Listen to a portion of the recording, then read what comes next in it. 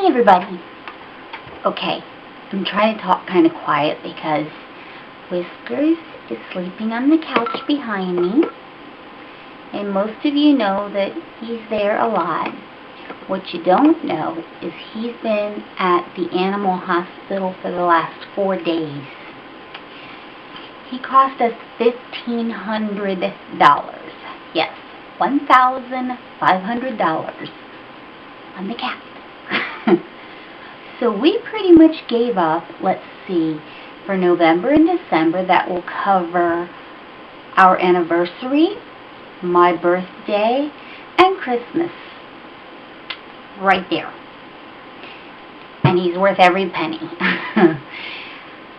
He got, I thought he was constipated. I noticed it, that he acted like he couldn't go to the bathroom. So I thought he was constipated. But, so to keep an eye on him, I brought him here in my office, and I put a separate litter box in here, because, you know, we had 2 cats. So I put a separate litter box in here, and some food and some water, so I could keep an eye on him, because I didn't think he was eating or drinking either, and I didn't want him to get dehydrated. Well, I would watch him, and when he'd try to use the litter box, and he would just strain and strain and strain and could not go to the bathroom. Now, we didn't have a current vet at the time. I called a vet, and I said that we did not have a current vet, but I explained the symptoms, what was going on, and she said they didn't have any openings that day, and if it got bad, we'd just have to take him to the emergency clinic. So around 6:30, my husband was getting dressed for church, and I wasn't going to go on Wednesday night. And I was watching, and I could feel like he was really, his midsection was just really solid, solid as a rock. Okay, so anyway, as it turns out, he was not constipated. His bladder was blocked, and the vets called it granules. They said there were like granules in his bladder, kind of like sand. And I asked them how they got there, and they said it's from the food. I'm like, we feed our cats the best food. I'm like, seriously, we spend stupid amounts of money on their food. And she said it doesn't matter. Some cats just have this condition that it will happen over and over again, that these little granules build up in the bladder, and especially since he's a male cat, they're going to go down, and then they block up and they can't get out, and he can't pee. And more than likely it's been going on for a long time, and we just didn't know it because he was probably going through periods of time when it would be, he'd have to strain, but it would pass. And they were not kidney stones, okay? It's just, they called it granules like sand. And it's caused by the foods that they eat. So basically, Whiskers now has to have prescription food for the rest of his life. Yep.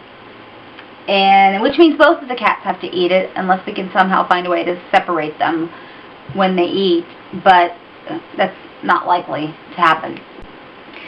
Now, I wanted to backtrack and say something else, because when we called, the day that I realized that it was getting worse, when I called a vet, because we did not have a vet anymore. I want to tell you why we did not have a vet anymore. The vet that we had before, 9 years ago, I had a guinea pig. His name was Piglet. And it was like my favorite guinea pig ever. I took him on vacation with me. When my husband and I would travel, we would even sneak him into the hotel room, like get a room on the ground floor. One of us go in the room, pass the cage in through the sliding glass doors, and then keep the do not disturb sign on, or like do not clean the room for the entire time we were there. I took him everywhere. Okay, anyway, he did develop kidney stones. Couldn't pee. Same thing. Now, we do not have any vets in this area that are any good at all of taking care of small animals. But this one, the one that we used to go to, there were two doctors. I originally started going there because one of them I really liked, and she was really good with the cats. And then she brought on this other lady who was supposed to be for the small animals. I did not like her. Never liked her from day one. So I paid, like, at that time, 9 years ago, I think I paid about $75 for x-rays on a guinea pig for them to find out that he had kidney stones. They gave me an antibiotic and sent him home. How's an antibiotic going to get rid of kidney stones? So, anyway, he died the next day. So, I was pretty upset at that time. Then I had 3 other guinea pigs, because I bought 2, and then they had babies, and I kept 1, and they lived quite a while. No problems there. Then I had another one who only lived 8 months. I've only had that happen 1 time. And she had upper respiratory problems the entire time that I had her. But when my rabbit died, and there's a video on here about her, well, several videos about her, but the one about when she died, which was last August. I'm not sure if I posted it right away, but I think she died last August, so a little over a year ago. I had her to the vet a year before she died. When she died, she still had the same problem that I had taken her to the vet for a full year prior. And I know from getting comments on my videos from people who live in the UK, you guys must obviously have way better veterinarians for small animals than we do, because I've received a lot of comments. And you guys, okay, knock off the yelling at me, because there's nothing I can do about it. I only have the knowledge that they provide to us. I have books. I've gone online. Of course, online, other people put it there, so you still don't know if it's true. And if you don't have a vet that's going to do what you want them to do anyway, you're still out of luck. Now, when Oreo, my bunny, died, I had her for 6 years, and we weren't sure how old she was when I first found her. Or, well, I didn't find her. Some lady I work with, her kids found her. And I was rabbit sitting and ended up rabbit sitting forever. But I wanted her, so it's okay. I wanted her. I didn't want to give her back.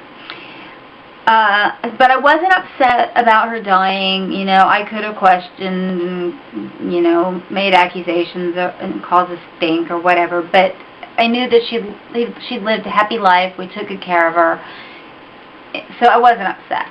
So about a week after she died, I decided I should probably call the vet's office so they could update the records and know that she had passed away.